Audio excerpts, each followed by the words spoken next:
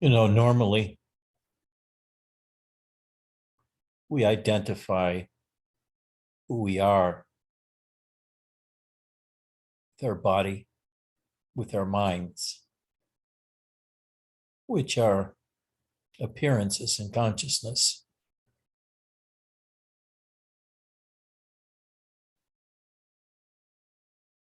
We never know what they're really like outside of consciousness. Like physicists talk about being atoms, electrons, and all those kinds of things as being the real us. We only deal in appearances in consciousness.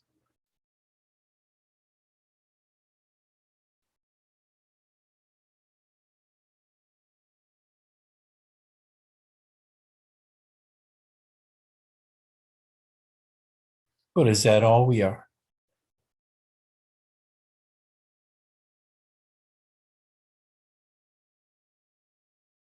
Is the entire world and our existence nothing but an appearance?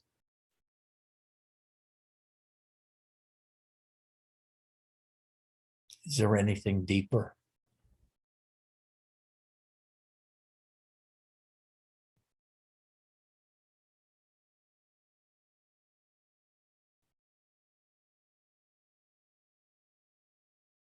Well, I'm here to tell you the good news.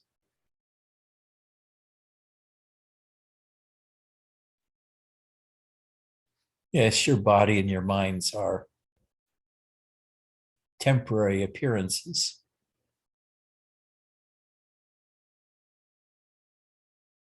To you.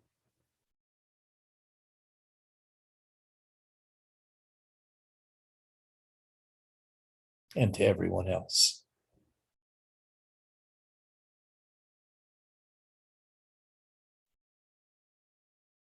But what you are ultimately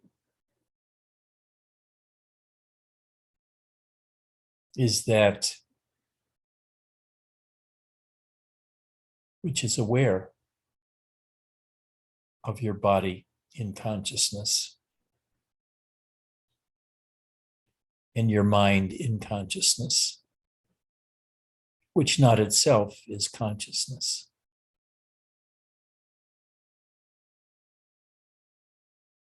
This is why I've been emphasizing the need to be able to watch yourself wake up and how consciousness comes to you in the morning.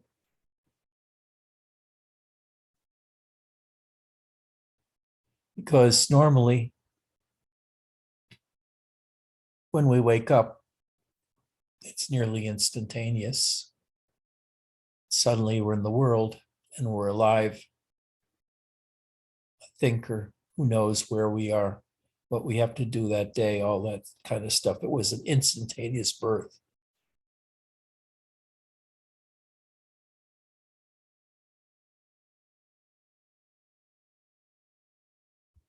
But what was really born was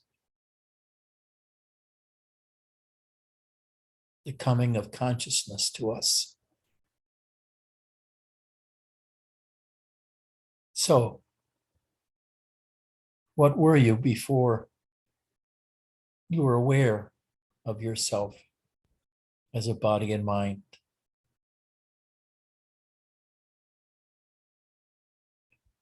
Everything that we know and experience is done in consciousness. All that we know is in consciousness. All that we know sensually is in consciousness,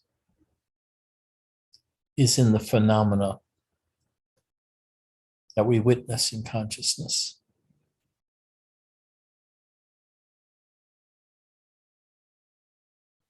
But what about consciousness itself?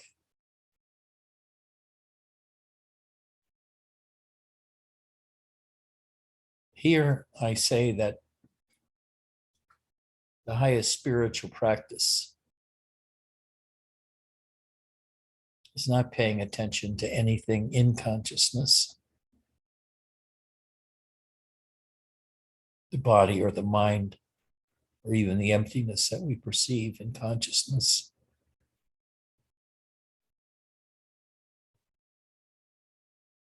But by widening our awareness from specific objects in consciousness, whether it's our body or somebody else's body or politics or economics, to notice that all of this that I talk about is happening in consciousness. And that's what everybody else is talking about too, is in consciousness kind of stuff.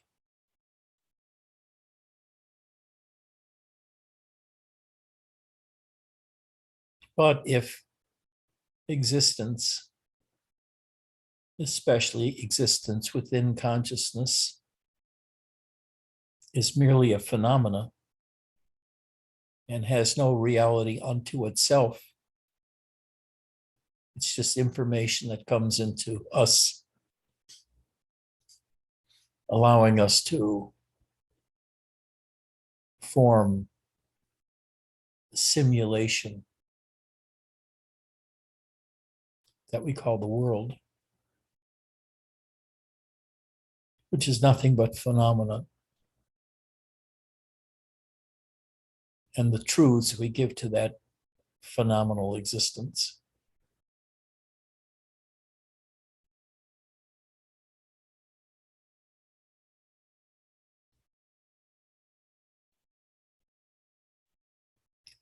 But if we can become aware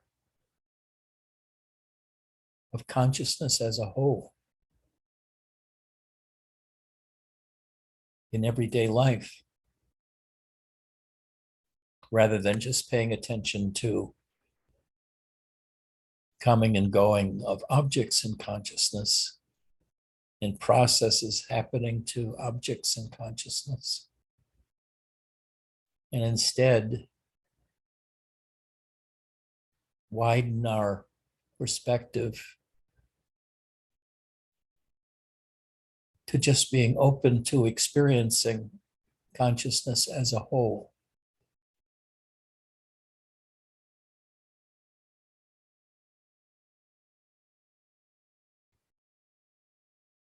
It changes our perspective totally.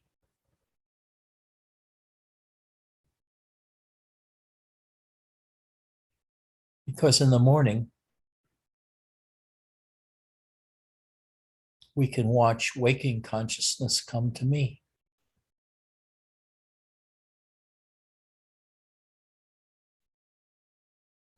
I'm not directing the process, it's spontaneous. And although we can deliberately control it in an everyday sort of way, we don't really even try to control it. We just experience it, the coming of consciousness.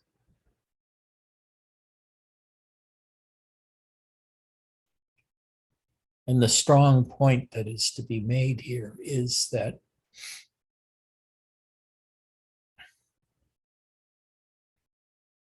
consciousness is flighty, temporary, just like the objects in consciousness. Consciousness itself comes and goes, just like objects do in consciousness. It seems to be the nature of consciousness to not be permanent.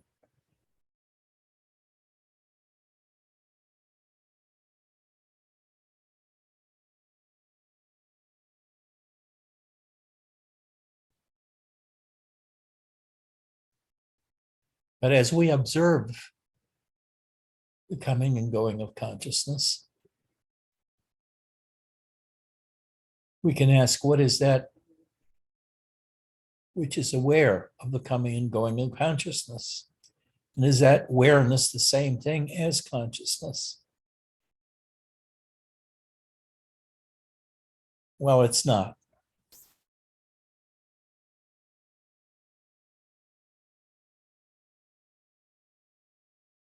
Consciousness creates a temporary universe that we spend a day living in, whatever our roles are, whatever our dreams are.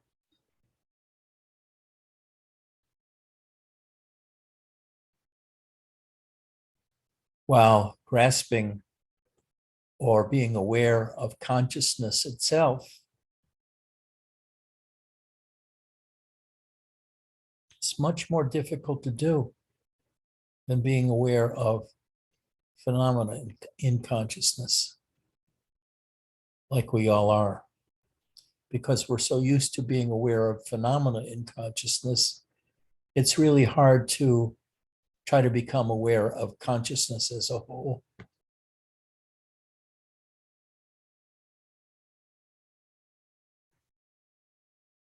But you can practice that kind of meditation right now.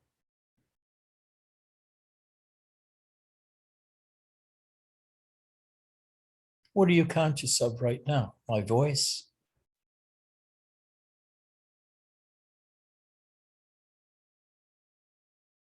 I'll try to open your awareness to what consciousness is that brought that voice to you.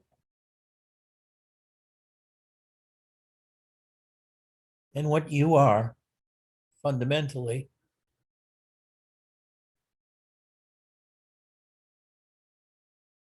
is not found within consciousness, but it is the sustainer of consciousness and the witness to consciousness.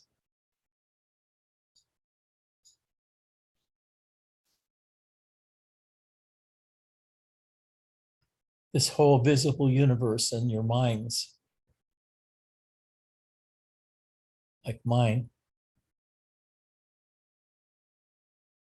are just entertainment from one point of view. Can you imagine that? The coming and going of all great religions,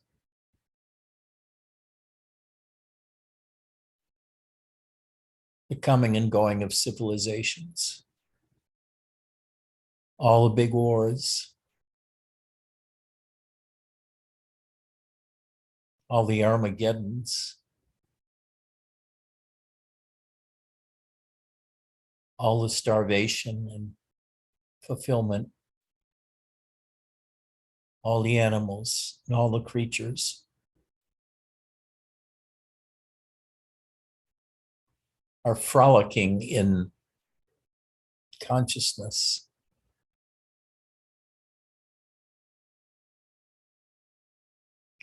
And really, when we take the aspect of eternity, sub specie eternitas, as Spinoza calls it, under the aspect of eternity, we see that consciousness is nothing more than a tame process happening.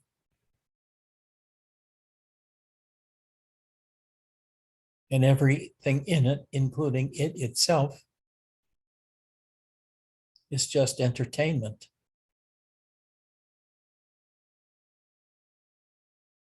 For the knower or the witnesser of consciousness and the things in it.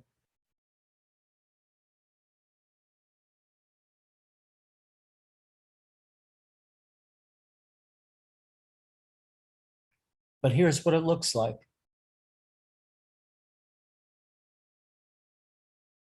There's a witness or witnessing of consciousness taking place. And when we wake up, we identify with the body.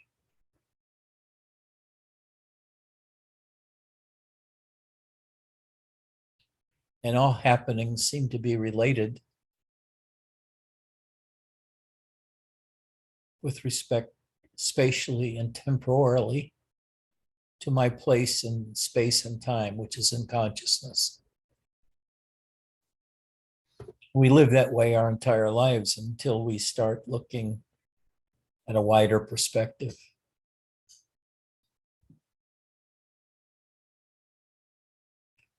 And then we can discover that the real witnesser or the knower is that which lies prior to consciousness. And when consciousness comes, it witnesses the objects in consciousness. And it feels like, in a way, that the body and the mind are the subjects.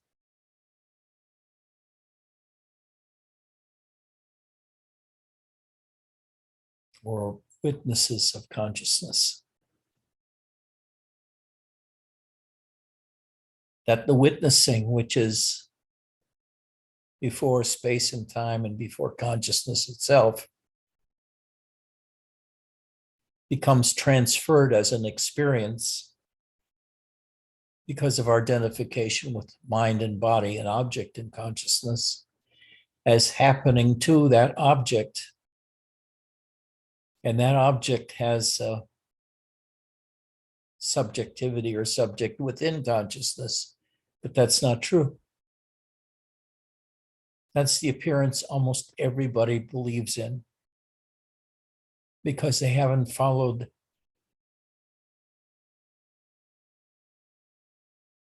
the witness back far enough in introversion.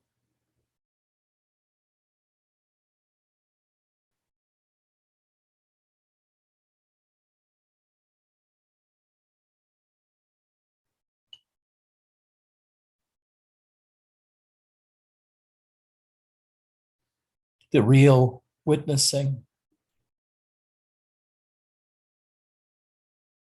that which is aware of consciousness itself, is never part of consciousness.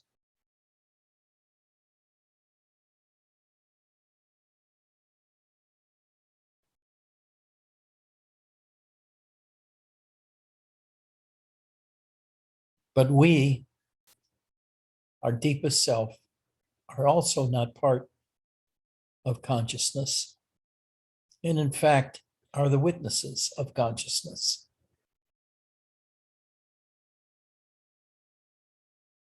And wherever there is a sentient body in the world we construct, we can imagine that there's a portal to witness consciousness,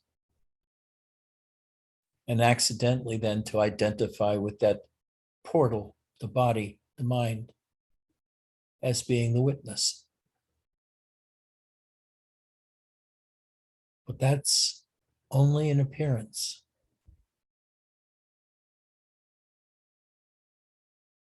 We who are aware of our bodies and our minds and can become aware of consciousness as a whole are entirely removed from the realm of consciousness. We are either stated beyond consciousness or before consciousness. They have very different kinds of connotations. And I prefer using the one before consciousness, meaning that it's more fundamental than consciousness.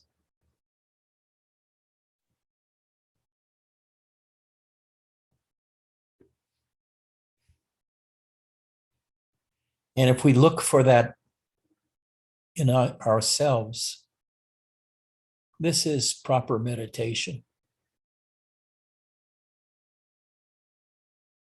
where we look for the source of awareness in ourselves.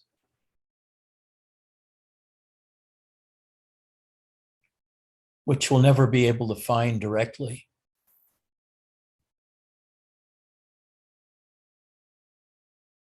Because we, as awareness, are not part of consciousness.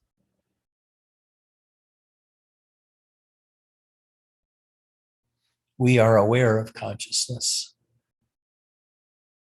but we are not in consciousness.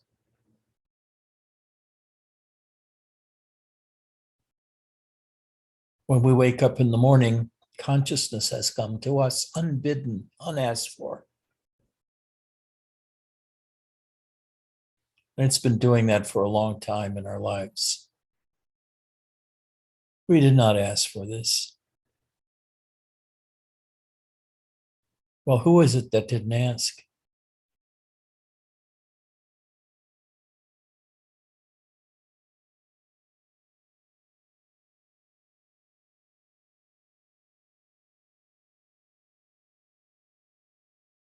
The one who's aware of everything. We can say as a witness, but in fact, it's not an object. If it were an object, it would be something within consciousness itself. Instead, we might look at it more as a process of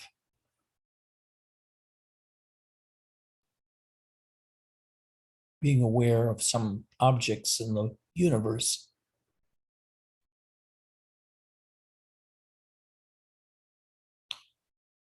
And these objects then come to us where we're resting in sleep.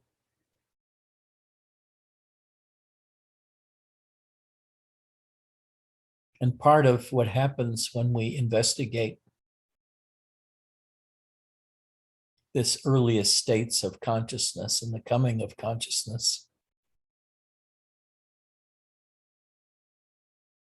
we begin to become aware of what's before consciousness phenomenologically.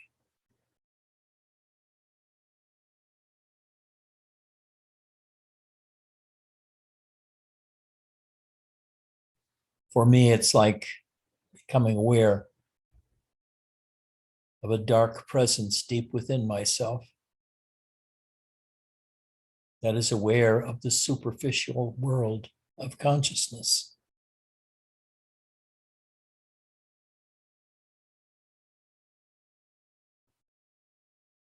Now, we can say all kinds of things about this awareness, what properties it has, but that would be wrong because everything we know about properties belongs to consciousness.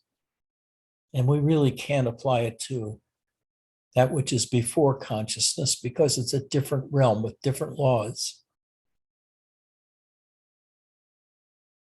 It's even before being.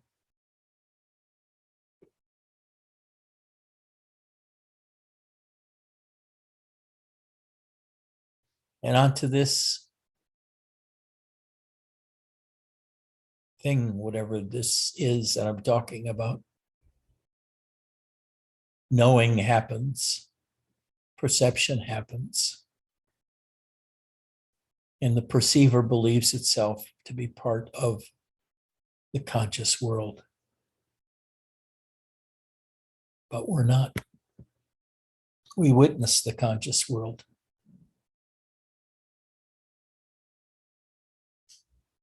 But we are altogether beyond space and time.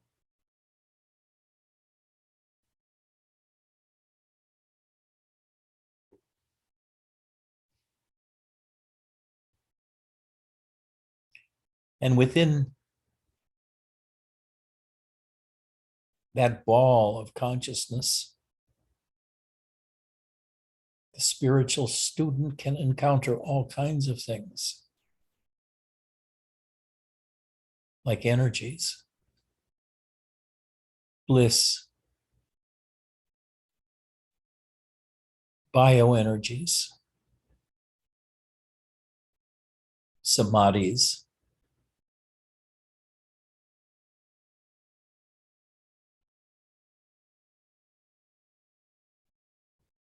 a whole universe of things that most normal people never experience.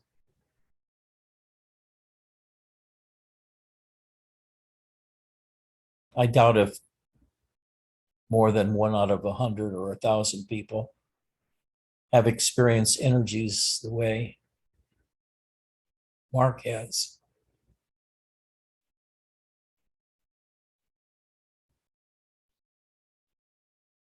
But this entire energy thing, Shakti,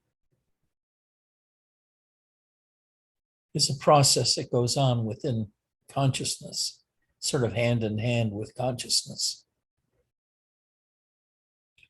And most spiritual teachers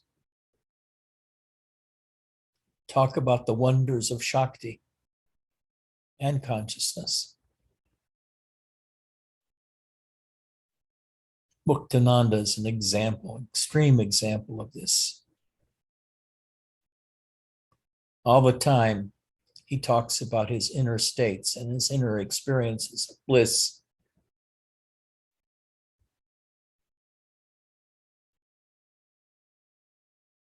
Explosions of energies, explosions of light, visitations that he's aware of by different gurus or gods within himself, God realization, finding God and the energies moving within oneself, and the transition from the mundane world into the divine world, which is the mundane world with Shakti added, which takes you into the divine experience of the world, where one is never bored, because always there's a happiness because of the energies. Bliss.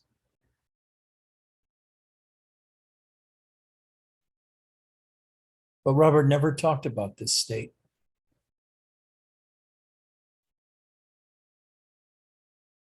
He even told at one of his satsangs that I was smart at music. I was smart because he never dabbled in energies. I guess he considered it a diversion from the deepest types of enlightenment one can have.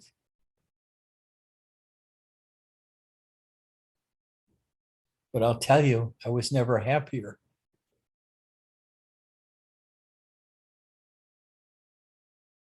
When I found God within myself, the divine within myself, and played around with the energies, enjoyed the energies, enjoyed the blisses, exalted in the happinesses and all the maximum kinds of Shakti experiences that you can have, playing around with energies, healing with energies.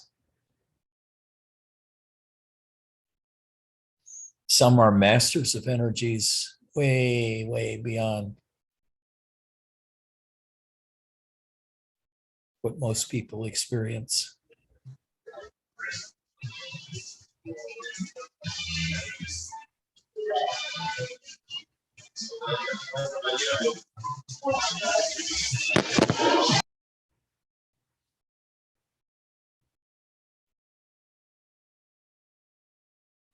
I remember one time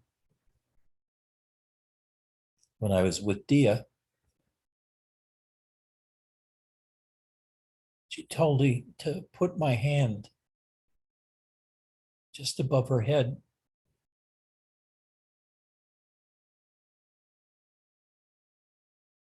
And when I did, I was shocked.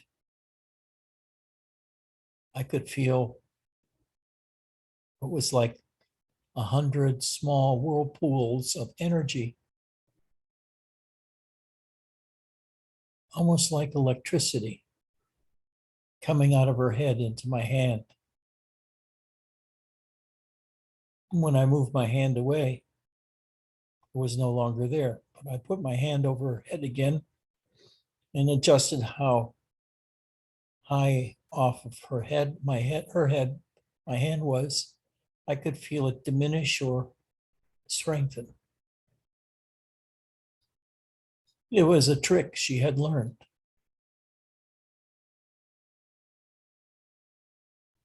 to generate and control the direction of energies so they could be sensed by another person.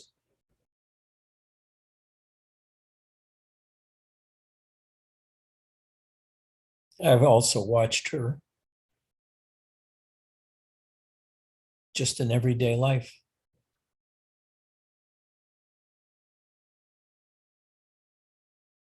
And I watched how the energies could take her and take her out of the conscious world and put her somewhere else. You could just watch her. And whatever it was descended and took her conscious states away from her.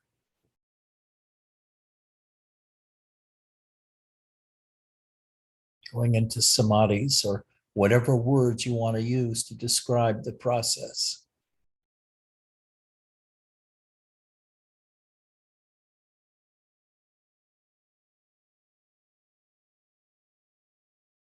Philip Kapleau also talks about his experiences with the energies prior to his enlightenment.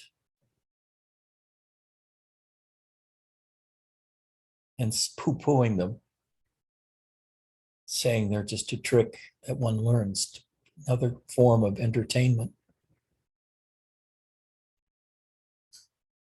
And the day comes when you transcend your interest in bliss and the energies and energy healing, bioenergy healings.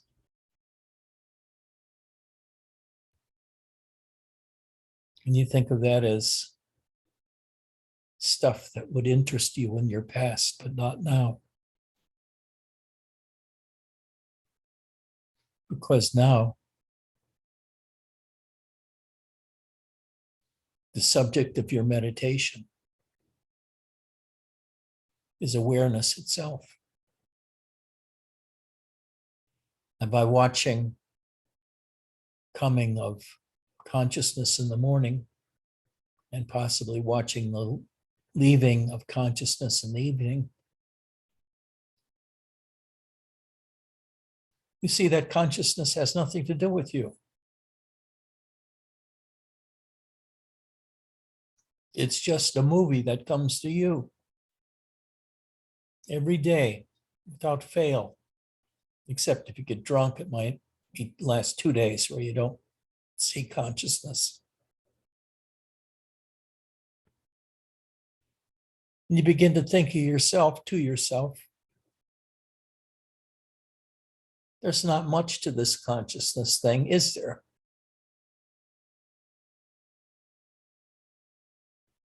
That what I am as awareness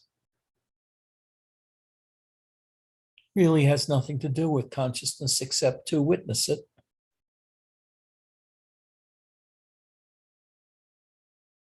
And then you can begin to watch it come and go all the time, consciousness. And you see how fragile it is, how finicky it is, how temporary it is. And you can begin to regard it as a plaything.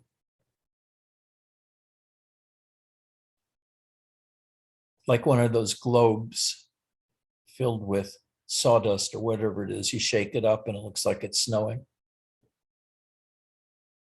Consciousness becomes like that, something you watch. Not something you identify with as yourself. And this was the true depth of Robert's teachings, going beyond consciousness altogether. or as Nisargadatta put it, prior to consciousness. Robert rarely talked about prior to consciousness. He knew that his students talked about it because they all were reading Nisargadatta. So he'd talk about it sometimes in those terms, but for Robert, nothing existed except consciousness. And he didn't separate out awareness from consciousness, at least in his public teachings. But I knew Robert. I knew him very well. And I can truly say that what he was beyond consciousness was very much his home, not in consciousness, but above or beyond or before it.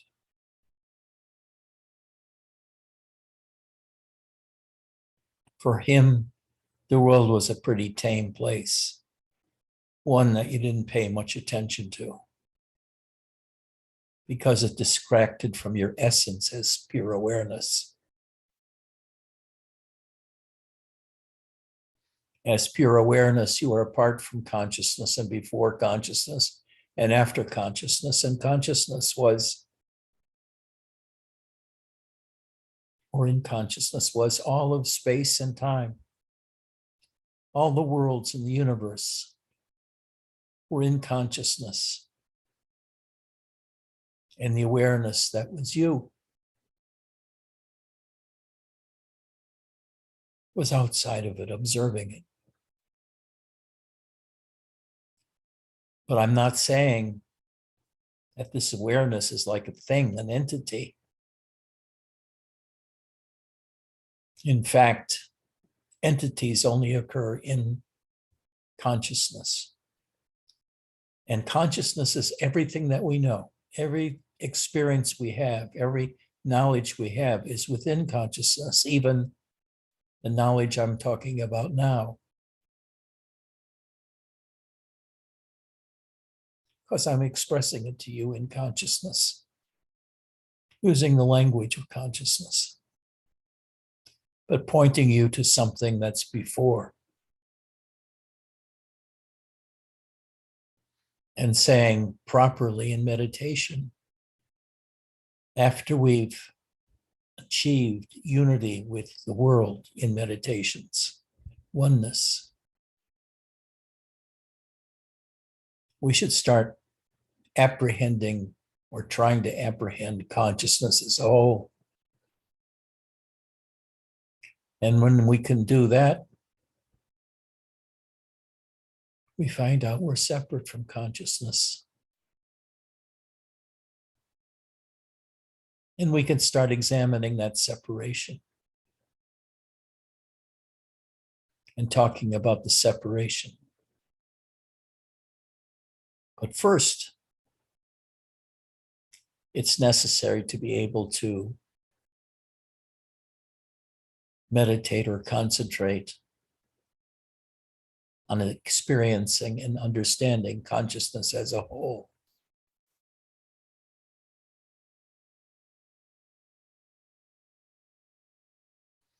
And with that, you can begin to move beyond consciousness. And when you can move beyond consciousness, you know what you are is not subject to birth and death, because those are things that happen in consciousness.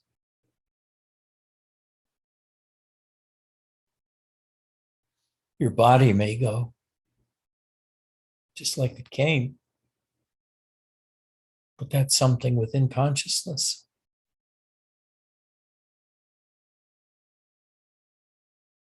It's happening to something within consciousness and not to you in your primary essence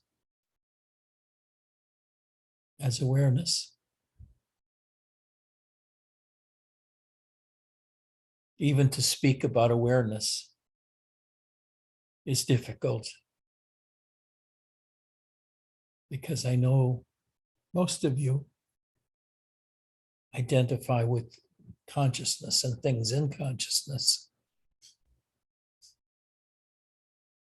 So when I speak to you of that which is before consciousness, you can only do it in terms of concepts that you have existing within consciousness, like beyond space and time, beyond the universe. How do you picture that? How do you analyze that? What is your experience of that phenomenologically? You don't have any. It's only when you truly go beyond consciousness that you can have an experience of consciousness as a whole.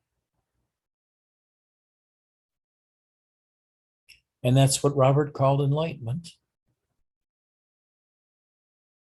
Now, all the time in satsang, he talked about consciousness and cosmic consciousness and waves of endless consciousness, and that's what we are.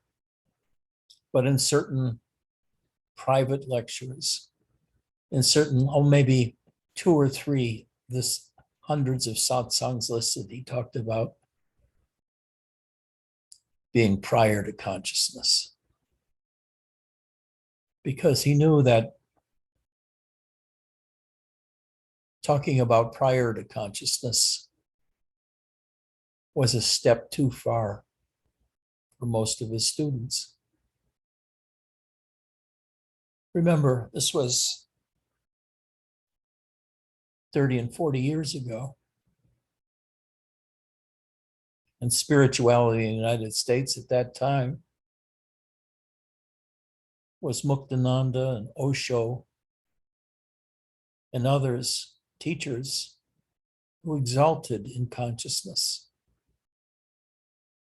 God consciousness, self-realization was all about Shakti.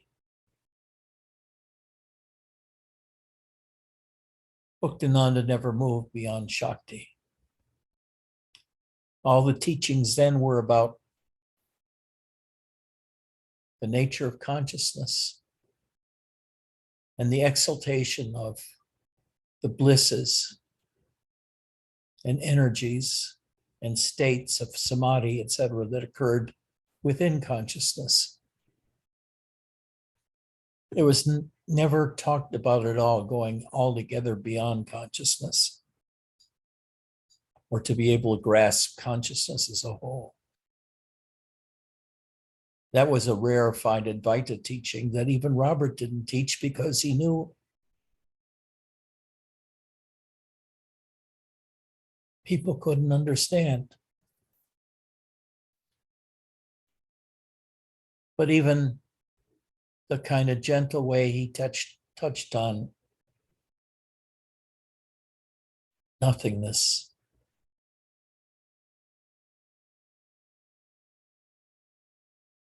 was a light year away from Muktananda, a light year away from Osho.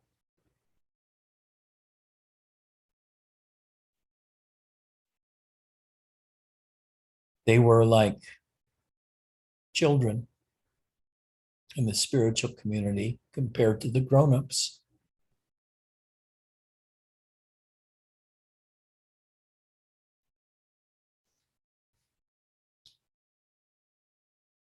When Muktananda went to Ramana and told him about his accomplishments,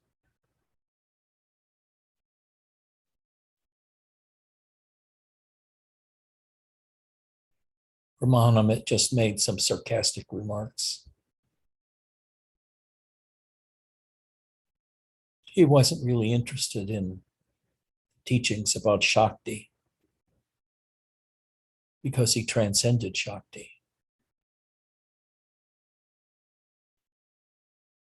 He was in absolute stillness prior to Shakti, prior to existence, which is consciousness. Consciousness and existence are the same. Consciousness is the medium the world as its object. But that whole ball of wax of consciousness and existence are but an object to you as awareness.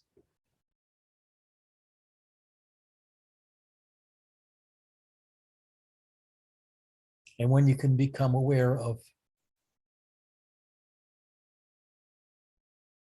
yourself as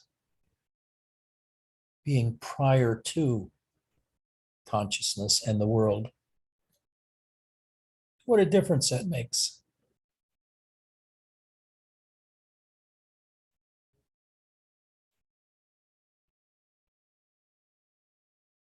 It brings such freedom. Even the freedom from needing to experience God realization or energies or surrender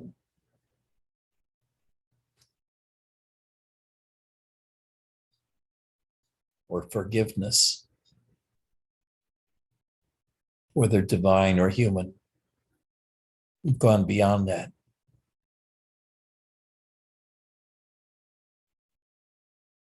And you're aware that the world you exist in really doesn't contain you. That it's a temporary phenomena that you as awareness becomes aware of. And it's only a phenomena, not a reality.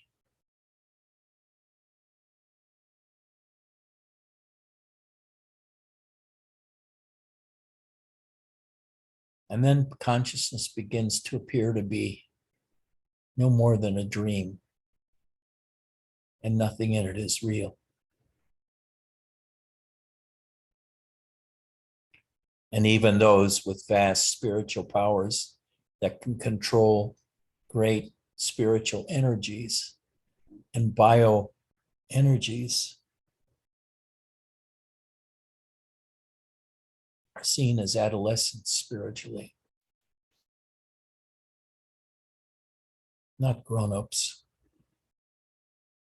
who have gone beyond that level of spirituality, altogether beyond, to the other shore, as Buddhists say, gone beyond prana or energy, gone beyond existence and appearance. And what that thing is, that awareness, is not an entity that's aware.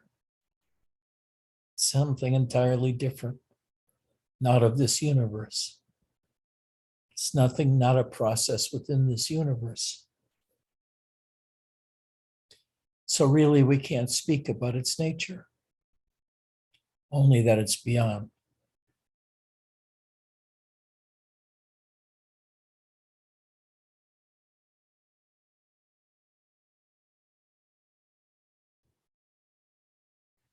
Okay, questions, comments?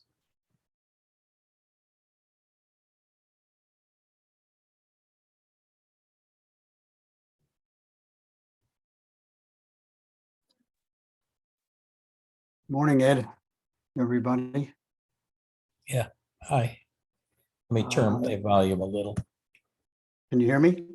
Yeah, but I want to hear you better. I want to hear me better too. Okay. Something just came together as you were talking, and I don't know if this is accurate, so let me say it as it's appearing to me.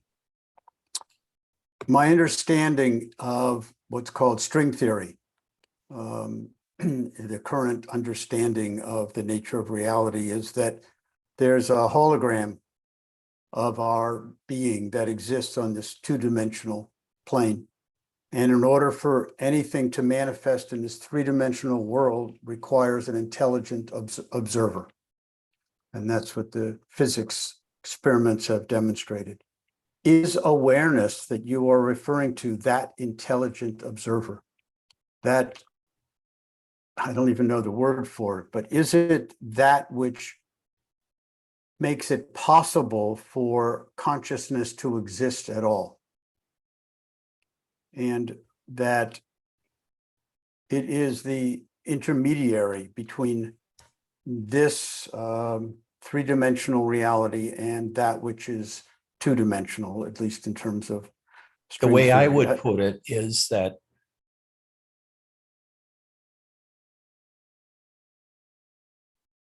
fundamentally, I exist in nothingness,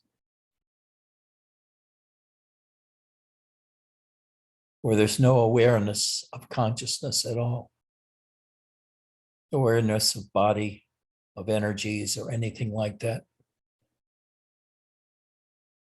And then consciousness comes to me out of nothingness, through nothingness. And when it hits me, suddenly the whole world is born, including my existence in the external world is born.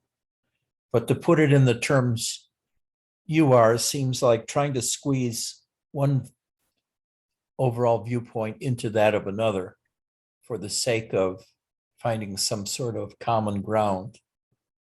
Yeah, that's why I'm asking. Okay. I know it's just the intellectual landscape that's trying to make sense of something that it cannot possibly make sense of.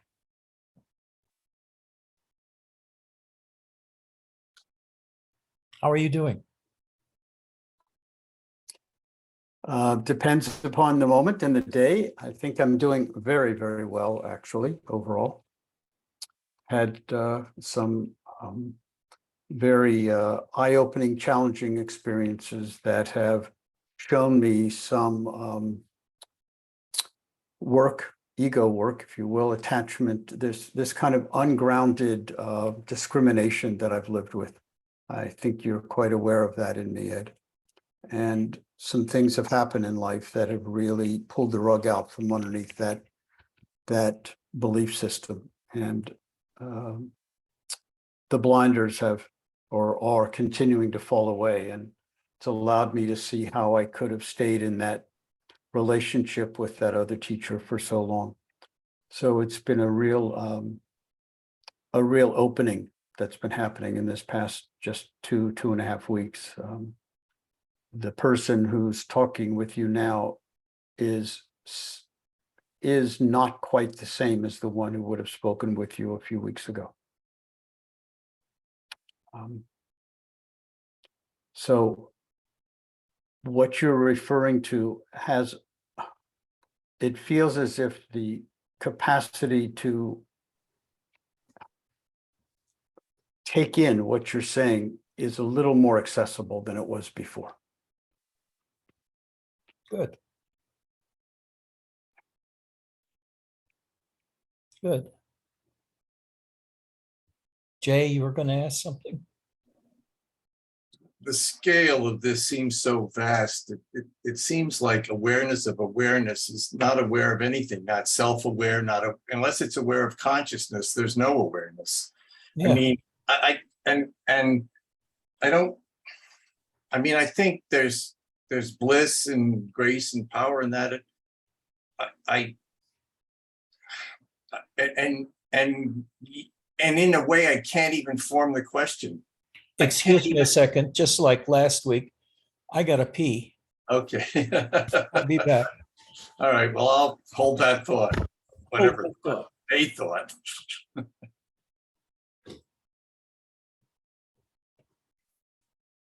Frank, I think you were articulating it better than I can or could. I think It sure didn't get seem that way to me, Jay. I mean, it's sort of like the movie. It's like God jerking us off. On some level, we are played on a level that is so extraordinary and so vast that there's no handle on it. You simply cannot grasp it because everything you do turns to shit in your hands. You just can't. And the scale, it was like I was thinking of, I was brought up, a lot of my life was in Christian Science. Mary Baker Eddy never got it. She only lived in split mind all the time. She tried to separate between spirit and matter, and you can't. There is no separation. And I don't hold it against her. I mean, she did an extraordinary thing. Even Advaitins don't understand Christian Scientists because there is something, possibly only because Christian Science is like a great CD. It's like a power. Anyone who's good at it, or people have had this incredible power of focus, of one-pointedness of thought to affect certain things. Anyway, I get it. I'm going off the track.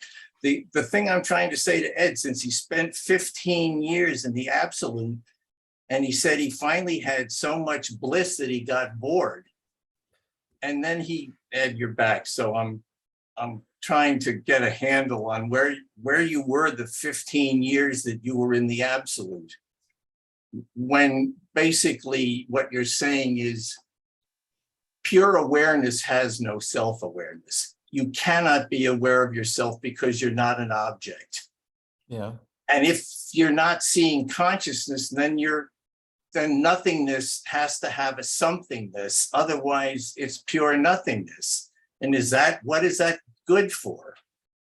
Well, let's put it this way. Within this nothingness is the potential for a whole world to appear. Yes, yes, When consciousness comes, yes. and there's a vessel for it in that nothingness that becomes lighted by it, Yes. becomes aware, becomes alive. And I think that's what Muktananda was saying when he said, I have come alive. It's out of nothingness suddenly. Consciousness comes because of a conjunction. Yeah. Look at that. Is that a puppy, Cassie? Consciousness comes unbidden and alights somewhere and creates a whole universe. I mean, that I can't imagine that I necessarily asked to be born or this was given to me. I think consciousness comes unbidden, and leave it at that. As you said, I think that's, if you start going down that road trying to unravel or pull that thread, you spend, more machinations and bullshit that only I can create, because I am good at that.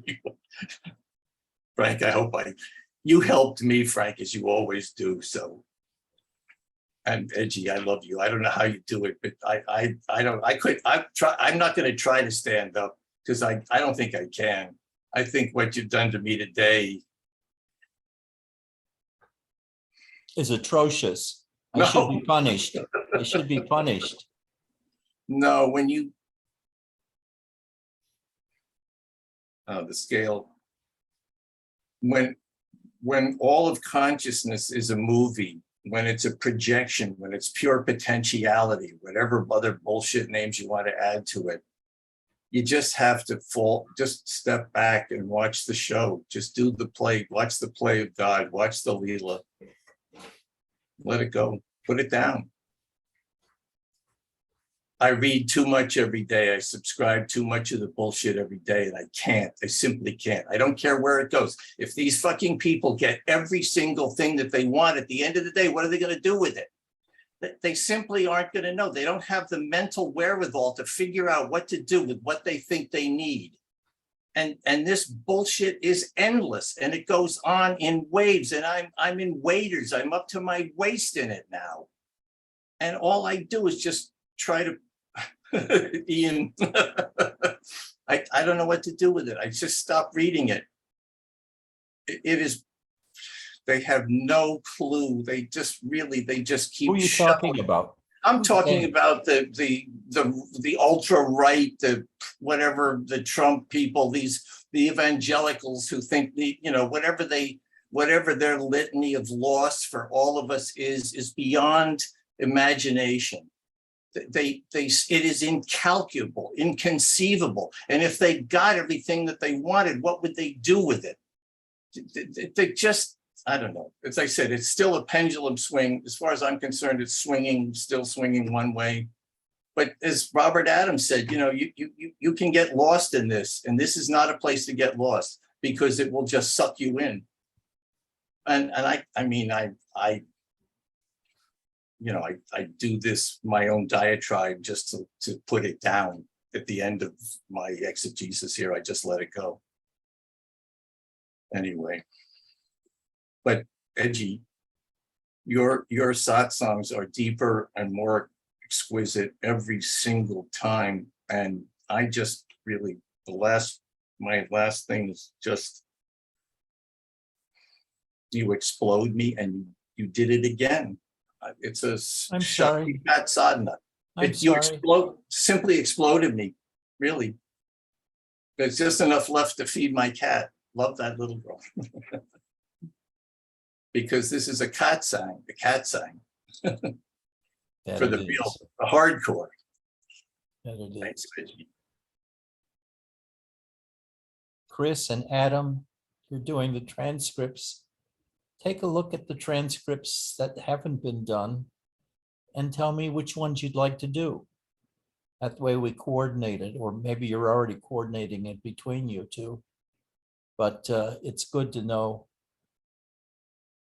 which ones so that I can forward the audio to you of those particular satsangs.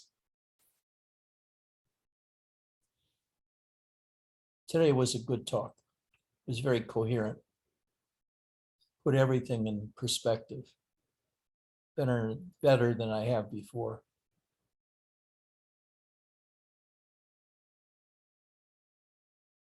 Any other questions or comments?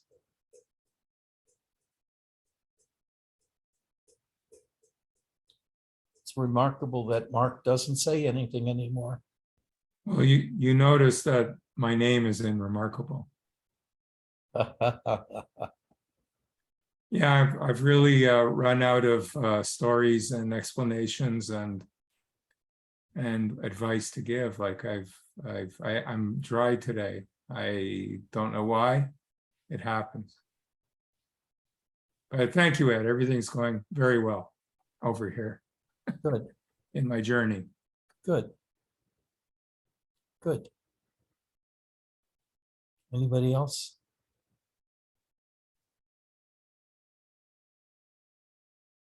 Okay. Let me see. Frank, I know you have a tendency to disappear as soon as possible at the end of satsang.